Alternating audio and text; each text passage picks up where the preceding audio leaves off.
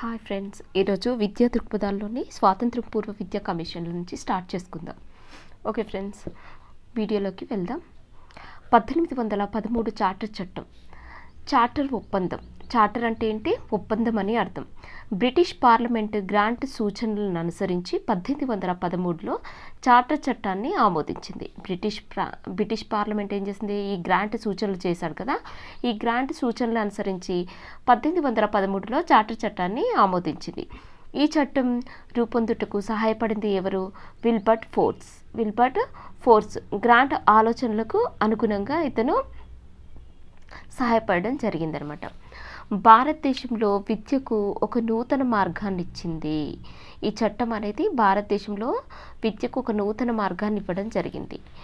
సంవత్సరానికి ₹1,00,000 విద్యకు కేటాయించాలి. అంటే ఈ చట్టం ద్వారా ఒక విద్య కోసం అనేసి ఒక ₹1,00,000 కేటాయించడం జరిగింది. అయితే ఈ ₹1,00,000 దేనికి కేటాయించాలి అనంటే ఆంగ్ల విద్యకా లేకపోతే అక్కడున్న భారతదేశ విద్యకా అనేది ఆ రెండింటి మధ్య వివాదానికి దారితీసిందనమాట. దాన్ని ఏమంటారు? ప్రాక్ పశ్చిమ వివాదం అని కూడా అంటారు.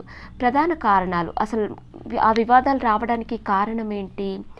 బోధనా భాష ఏది ఉండాలో స్పష్టంగా లేదు, విద్యా లక్ష్యం స్పష్టంగా లేదు, ఏ విద్యకు ఎంత ఖర్చు చేయాలి, స్వదేశీ విద్యకి ఎంత ఖర్చు చేయాలి, పాశ్చాత్య విద్యకి ఎంత ఖర్చు చేయాలో కూడా స్పష్టత అనేది లేదనమాట.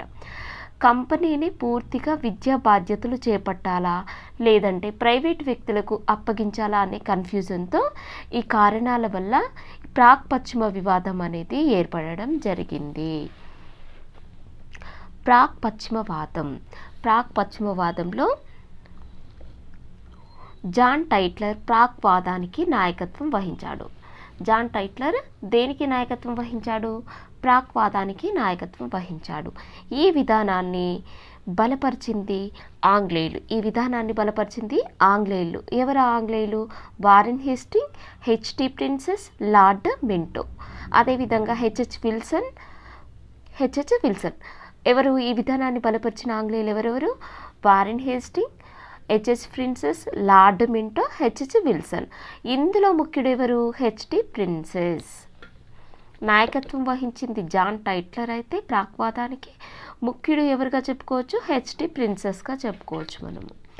1813 విద్యపై ₹1,00,000 ఏ విధంగా ఖర్చు పెట్టాలో ఏర్పాటు చేసిన కమిటీ అధ్యక్షుడు హెచ్టి ప్రిన్సెస్ అన్నమాట. హెచ్టి ప్రిన్సెస్ ప్రాచ్య విద్య, స్వదేశీ విద్యను బలపరిచేందుకు పాశ్చాత్య సాహిత్యాన్ని అరబిక్, సంస్కృత, పర్షియన్ భాషలోకి తర్జుమా చేశారు.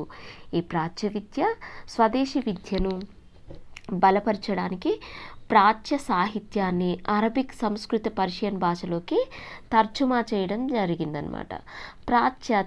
పాశ్చాత్య ఆంగ్లిస్ట్ల వాదన. ఇంత ముందుకు మనం చూసింది ప్రాక్ వాదన, ఇప్పుడు మనము పాశ్చాత్య వాదన లేదా ఆంగ్లిస్ట్ల వాదన. పాశ్చాత్య విద్యను సమర్థించే వారందరూ యువకులుగా ఉండేవారు. లార్డ్ మెకాలే పశ్చిమవాదానికి నాయకత్వం వహించారు. లార్డ్ మెకాలే దేనికి నాయకత్వం వహించారు? పశ్చిమవాదానికి నాయకత్వం వహించారు. ప్రాక్వాదానికి ఎవరు నాయకత్వం వహించారు? John Tytler. గుర్తుపెట్టుకోండి ఫ్రెండ్స్. అదేవిధంగా రాజా రామ్మోహన్ రాయ్ కూడా దీన్ని సమర్థించిన దానిలో ఒకరుగా ఉన్నారనమాట. రాజా రామ్మోహన్ రాయ్ కూడా. ఈ రెండు వర్గాల వారు ఒక అభిప్రాయానికి వచ్చారు. ఉన్నత వర్గాల వారికి విద్యను అందించాలని, వారి ద్వారా దిగువ వర్గాల వారికి ప్రసారం అవుతుందని దీనినే అధోముఖ వడపోత సిద్ధాంతంగా పేర్కొనడం జరిగింది. ఏమన్నారు? ఇప్పుడు ఈ ప్రాక్వాదులు, పశ్చిమవాదులు ఒక అభిప్రాయానికి రావడం జరిగిందనమాట. ఏంటి అభిప్రాయం? ఫస్ట్ అయితే మనం ఉన్నత వర్గాల వారికి విద్యను అందిద్దాం, ఆ తర్వాత దిగువ వర్గాల వారికి వారి ద్వారా ప్రసారం అవుతుంది అనే అభిప్రాయానికి వచ్చారు. దీనిని ఏమంటారు? అధోముఖ వడపోత సిద్ధాంతం అని కూడా అంటారు. జాన్ టైట్లర్ అసిస్టెంట్ సర్జన్గా భారత్కి రావడం జరిగింది. అరబ్ భాషలోకి పుస్తకాలు తర్జుమా చేశాడు. జాన్ టైట్లర్ ఎలా వచ్చాడు మన భారతదేశానికి?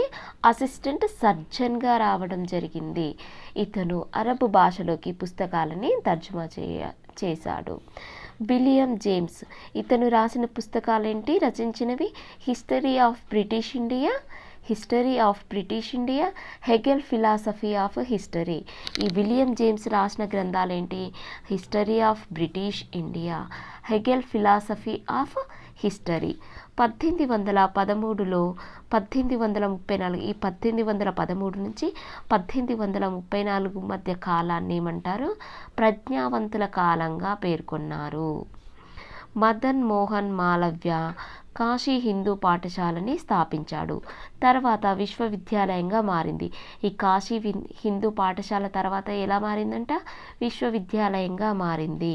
1823 ముంబై గవర్నర్ ఎల్బిన్స్టాన్, 1823లో ముంబై గవర్నర్ అయిన ఎల్బిన్స్టాన్ స్వదేశీ విద్యను అందించే పాఠశాలను ఏర్పాటు చేశాడు. 1823 ఎల్బిన్స్టాన్ స్వదేశీ విద్యను అందించే పాఠశాలలను ఏర్పాటు చేయడం జరిగింది. ఇక్కడ మానిటోరియల్ పద్ధతి అమలులో ఉంది. ఈ ఎల్బిన్స్టాన్ ఏర్పాటు చేసిన పాఠశాలలు ఏ పద్ధతిలో ఉన్నాయి? మానిటోరియల్ పద్ధతిలో అమలులో ఉన్నాయన్నమాట. ఇతని ప్రోత్సాహంతో స్కూల్ బుక్ సొసైటీ స్థాపించారు ఈ ఎల్బిన్స్టన్. ఇంకా ఏం చేశాడు? స్కూల్ బుక్ సొసైటీని కూడా స్థాపించడం జరిగింది. మనం నెక్స్ట్ లార్డ్ మెకాలే ప్రతిపాదన గురించి తెలుసుకుందాం. Okay friends, thank you. Subscribe, share my videos.